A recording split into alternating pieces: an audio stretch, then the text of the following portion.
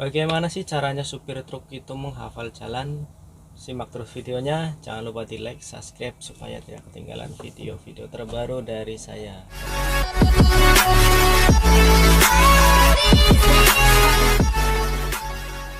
Assalamualaikum warahmatullahi wabarakatuh. Balik lagi di channel saya. Ya, untuk teman-teman yang belum subscribe, silahkan di subscribe dulu, di like, bantu saya untuk membangun channel ini supaya bisa berkembang untuk kedepannya. Oke teman-teman, kali ini sembari saya nunggu muatan ya, daripada saya bingung nggak mau ngapain, saya ingin berbagi pengalaman kepada teman-teman semua, yaitu bagaimana sih cara supir truk itu menghafal jalan. Kali ini saya akan bahas menurut pengalaman pribadi saya ya, bukan pengalaman orang lain, itu pengalaman pribadi saya. Jadi seperti ini, dulu waktu saya pertama masuk ke sini di tahun 2014 ya, 2014 akhir, karena sebelumnya saya di daerah Tangerang. di daerah Tangerang. Dulu waktu saya pertama ke sini itu pengalamannya bawa mobil kol diesel, mobil kecil ya, mobil kol diesel. Nah, pertama ke sini itu kebetulan kirnya itu mati. Kirnya mati. Nah, setelah itu saya disuruh kir ke daerah Cikarang, itu dekat Samsat. Karena saya baru dan saya dulu pernah kerja di bangunan di daerah kawasan sini juga. Nah, begitu saya ditanya sama orang kantor, apal nggak daerah Cikarang tempat kir, saya bilang apal, padahal belum pernah ke situ. Karena kata dia itu dekat SGC, sebelum SGC. Karena saya dulu sudah pernah ke SGC, saya bilang aja ya saya tahu. Akhirnya saya berangkat itu kan, nggak nanya dulu alamat, nggak nanya dulu ke teman-teman karena saya masih baru, masih canggung gitu kan. Saya jalan aja. Pas saya jalan nggak taunya saya nyampe Cibitung. Waktu itu saya belum tahu daerahnya, karena daerah Cikarang ini saya buta sama sekali, nggak tahu di daerah Cibitung. Saya nanya ke orang tempat daerah Cikarang di mana, kata dia, lah mas ini mah udah di Cibitung, kalau tempat kiri itu sampean balik lagi. Nah, ntar dari SGC sampean lurus ambil arah ke Cibarusa, adanya sebelah kiri gitu.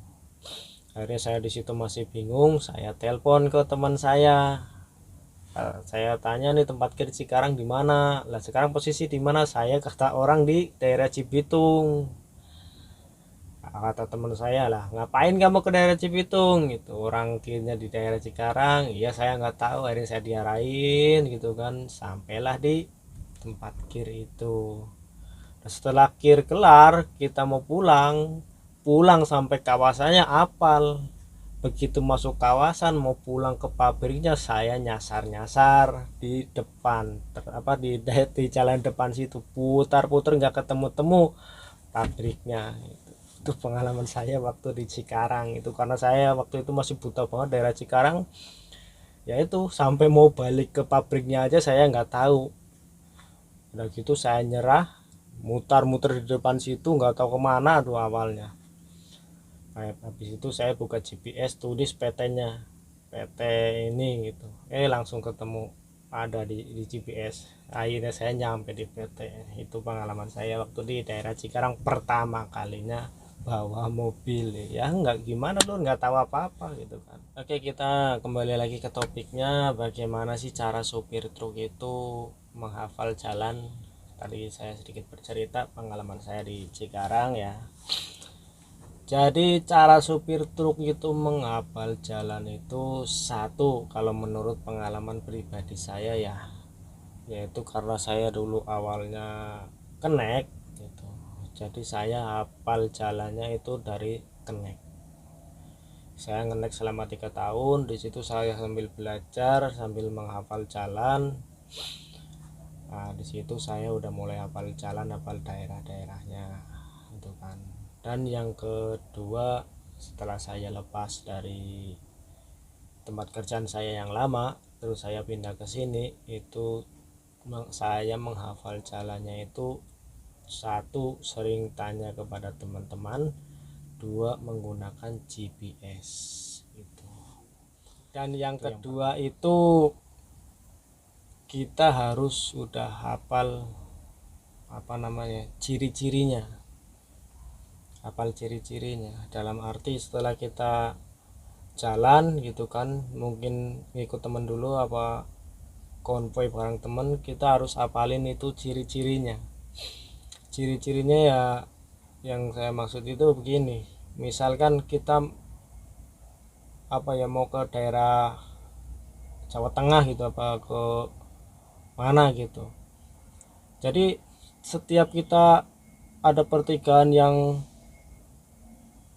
kiranya ada rumah atau ada kantor desa atau yang kiranya permanen gitu, kita hafalin, oh setelah kantor desa ini di depan ada pertigaan, kita ambil kanan gitu, sambil dihafalin sambil jalan. Ntar oh ya ada lampu merah gede, terus sebelah sini ada kantor polisi apa ada apa gitu. Jadi kita itu cari ciri-ciri yang kiranya itu bakal permanen di situ gitu.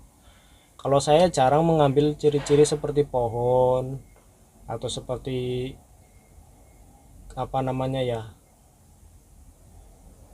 pohon ya sama gapura gitu. Kalau kita ke gang itu ke gapura itu saya jarang, soalnya kayak macam gapura atau pohon itu kadang-kadang itu nggak lama itu tahu-tahu dibongkar gitu. Soalnya saya pernah gitu mengalamin, pas saya dikasih tahu pokoknya ini ciri-cirinya gangnya itu ada gapura terus ada pohon ini, pas saya samperin ke sono nggak taunya pohon sama gapuranya itu dibongkar gitu. Alhasil saya bablas muter-muter nggak tahu kemana, begitu nanya nggak taunya gapura sama pohon itu udah ditebang begitu. Dan yang ketiga itu ya tergantung bagaimana daya ingat orang tersebut. Kalau orangnya yang gampang mengingat sesuatu ya mungkin sekali atau 2 kali jalan mungkin dia udah paham itu, udah mulai apalah gitu. Dan yang terutama itu jalannya jalan siang. Kalau jalan malam, begitu kita nanti suatu saat jalan siang, di situ kita biasanya bingung. Nah yang diutamakan itu kita ngapalin jalan itu di siang hari, jangan di malam hari. Kan sekarang suka ada yang mau ke daerah mana berangkatnya malam hari, begitu lihat siangnya bingung gitu kan, daerahnya begini karena suasananya itu beda sama. Oke, mungkin sekian dulu video dari saya. Untuk teman-teman yang lebih pengalaman gitu kan, bisa berbagi cerita bagaimana caranya menghafal jalan waktu awal dulu terjun di mobil gitu kan, bisa komen di bawah ini. Dan untuk teman-teman yang belum subscribe, silahkan di subscribe dulu, bantu saya untuk membangun channel ini supaya bisa berkembang lebih baik ke depannya, dan mudah-mudahan video ini bisa bermanfaat buat kalian semua. Saya akhiri, assalamualaikum warahmatullahi wabarakatuh.